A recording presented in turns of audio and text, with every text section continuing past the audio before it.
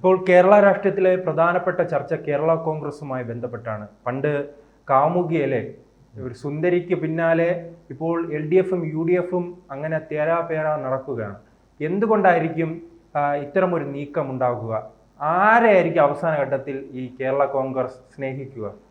ഇത് എനിക്ക് തോന്നുന്നൊരു ഡിമാൻഡ് കൂട്ടുകയാണ് കേട്ടോ കേരള കോൺഗ്രസ്. എന്തായാലും ആർക്കും കിട്ടിയാലൊട്ട് കഴിക്കത്തില്ലല്ലോ കേരള കോൺഗ്രസിനെ.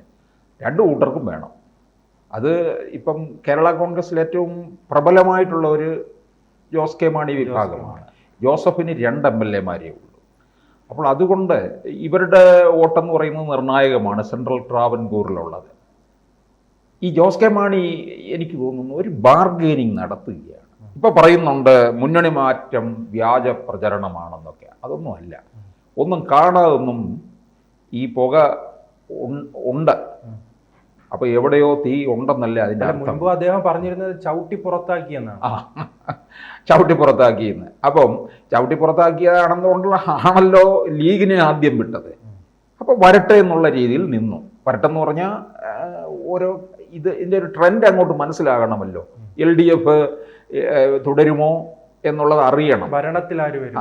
ഇപ്പം നിലമ്പൂർ വന്നപ്പം അവർക്കൊന്നുകൂടെ വ്യക്തമായി സാധ്യത കുറയുന്നു. പിന്നെ അതിൻ്റെ കൂടെ നിരവധി പ്രശ്നങ്ങൾ ഈ സർക്കാരിനെതിരെ വന്നുകൊണ്ടിരിക്കുന്നു. ഈ മെഡിക്കൽ കോളേജ് പ്രശ്നം, കോട്ടയം മെഡിക്കൽ കോളേജിലെ പ്രശ്നം, അതൊക്കെ എതിരായിട്ട് വന്നുകൊണ്ടിരിക്കുക. ജനങ്ങൾക്ക് എതിരായിട്ടുള്ള കാര്യങ്ങളാണ് നടക്കുന്നത്. ഉടനെയാണ് ജോസ് കെ മാണി എടുത്തിട്ടത് വനം, വന്യജീവി, തെരുവ് നായ് ശല്യം. ഇത് ചർച്ച ചെയ്യാനായിട്ട് സഭ വിളിച്ചു കൂട്ടണം. മുഖ്യമന്ത്രി ഇവിടെ ഇല്ല. മുഖ്യമന്ത്രി വേണ്ടേ സഭ വിളിച്ചു കൂട്ടുമ്പോൾ? 19-ാം തീയതി ആയിട്ട് വരുവുള്ളൂ. അതിനിടയ്ക്ക് അപ്പോൾ കയറി പറയേണ്ട കാര്യം എന്താ? പിന്നെ അതുമല്ല, സഭ വിളിച്ചു കൂട്ടണമെന്ന് ഭരണമുന്നണിയിലുള്ള ഒരു ഘടകകക്ഷി അങ്ങനെ പരസ്യമായി പറയാൻ പാടില്ല. മുന്നണിക്കകത്ത് പറയണം. അത് പറഞ്ഞിട്ടില്ല. പിന്നെ ഈ വനം വന്യജീവി പ്രശ്നത്തിൻ്റെ കാര്യത്തിൽ നിയമസഭ ഒരു പ്രമേയം പാസ്സാക്കിയിട്ടുണ്ട്. അത് വനം വകുപ്പിന് വിട്ടിരിക്കുകയാണ്, കേന്ദ്ര വനം വകുപ്പിന് വിട്ടിരിക്കുകയാണ്. അപ്പോൾ അത് നിലനിൽക്കെ പിന്നെ ഇവിടെ സഭ വിളിച്ചു കൂട്ടിയിട്ടെന്താ? പിന്നെ ഈ തെരുവ് നായ ശല്യം മെനഞ്ഞാന്ന് തുടങ്ങിയതല്ല.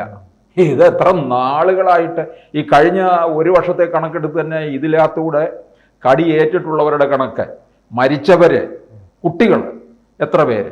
ഇപ്പോഴാണോ ജോസ് കെ മാണിക്ക് വലിയൊരു ഇതിൻ്റെ അകത്ത് വലിയൊരു സ്നേഹം തോന്നിയത്? അപ്പോൾ എന്താണ് ലക്ഷ്യം? ഇറങ്ങിപ്പോകാൻ എന്തെങ്കിലും ഒരു കാരണം വേണം. അങ്ങനെയാണല്ലോ എപ്പോഴും നമ്മളൊരു പ്രശ്നം ഉണ്ടാക്കിക്കൊണ്ടാണല്ലോ അതിനകത്തുനിന്ന് ഇറങ്ങാൻ ശ്രമിക്കുന്നത്. ഇപ്പോൾ ഒരാഴ്ച മുമ്പ് ജോസ് കെ മാണി പറഞ്ഞു എല്ലാം ഞങ്ങൾ ഹാപ്പിയാണ് LDF-ൽ. ആ നാവ് വായിക്കാത്തോട്ടിട്ടില്ല. അതിനു മുമ്പെയാണ് വരുന്നത് ഈ പ്രശ്നങ്ങൾ.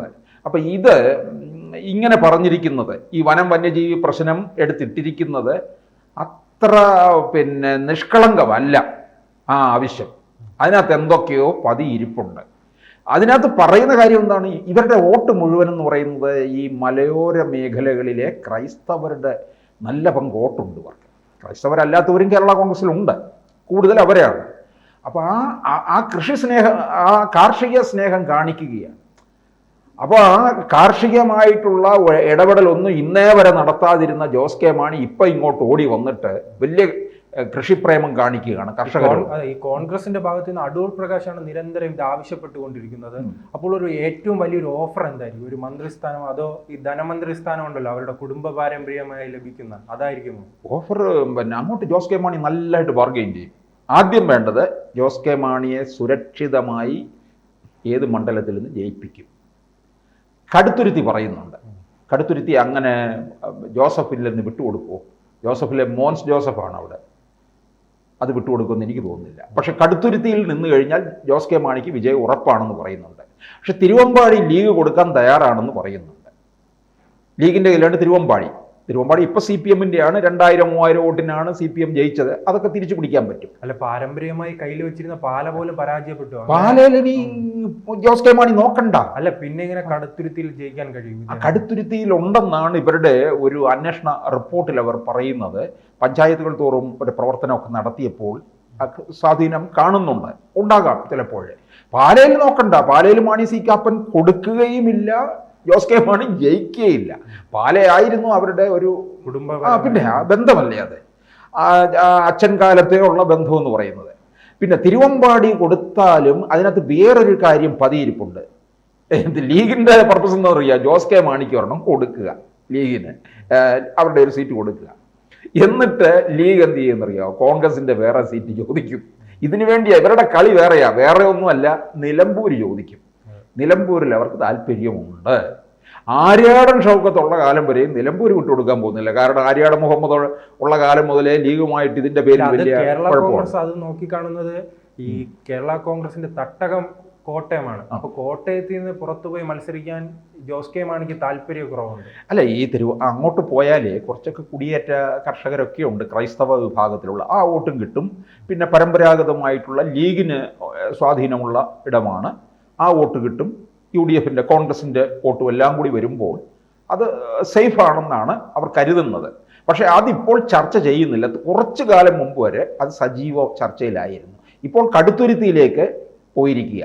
പിന്നെ അപ്പോൾ സേഫായിട്ടുള്ള ഒരിടം. പിന്നെ വേറെ എന്താണ് വേണ്ടതെന്ന് ചോദിച്ചാൽ ഇത്ര മന്ത്രിസ്ഥാനം അവർ ആവശ്യപ്പെടും.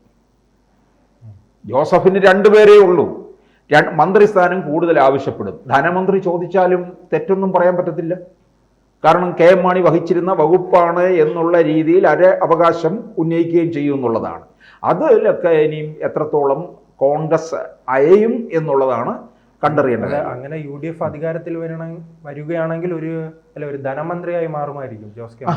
ധനമന്ത്രിക്ക് വേണ്ടി ബാർഗെയിൻ ചെയ്യും, കൊടുക്കുമോ ഇല്ലയോ എന്നുള്ളത് ഓഫർ കിട്ടിയാലേ മറുകണ്ഠം ചാടുകയോ. മറുകണ്ഠം അതെ, ചിലപ്പോൾ ഇനി അതിന് പകരമായിട്ട് വേറെ എന്തെങ്കിലും പ്രബലമായിട്ടുള്ള മറ്റു ചില കാര്യങ്ങൾ കൊണ്ടുവരാം. ഒരു കോംപ്രമൈസിലൊക്കെ വരണമല്ലോ. കാരണം LDF പിന്നെ കൂടുതലങ്ങ് ബാർഗെയിൻ ചെയ്തുകൊണ്ടിരുന്നു കഴിഞ്ഞാലുണ്ടല്ലോ, LDF നിലംപരിശാകുമെന്ന് ബോധ്യപ്പെട്ട് കഴിഞ്ഞാൽ ഇവിടുത്തെ പിന്നെ അങ്ങോട്ടുള്ള കാര്യങ്ങളൊക്കെ അങ്ങോട്ട് ഇന്നത് കൊടുക്കാവുന്നുള്ളതൊക്കെ ആയും. അപ്പോൾ പിന്നെ ചിലപ്പോൾ ഉള്ളത് വാങ്ങിച്ചുകൊണ്ടിരിക്കേണ്ടി വരും. ഇപ്പോൾ LDFിൽ ഇപ്പോൾ ഇവിടുന്ന് അങ്ങോട്ട് പോയപ്പോൾ ചിലർ പറയുന്നുണ്ട്, അയ്യോ LDF രാജ്യസഭാ സീറ്റ് ജോസ് കെ മാണിക്ക് കൊടുത്തിട്ടില്ല, അതിപ്പോൾ 2026 കാലാവധി കഴിയും. പിന്നെ അതുപോലെ തന്നെ ഇവിടുന്ന് അങ്ങോട്ട് പോയപ്പോൾ രാജ്യസഭാ MP ആയിരുന്നു, അത് കോൺഗ്രസ് കൊടുത്തതാ. അത് പോയപ്പോൾ അത് ഊരി വെച്ചിട്ടല്ലേ പോയത്, അങ്ങനെ തിരിച്ചു കൊടുത്തിട്ടാണ് പോയത്.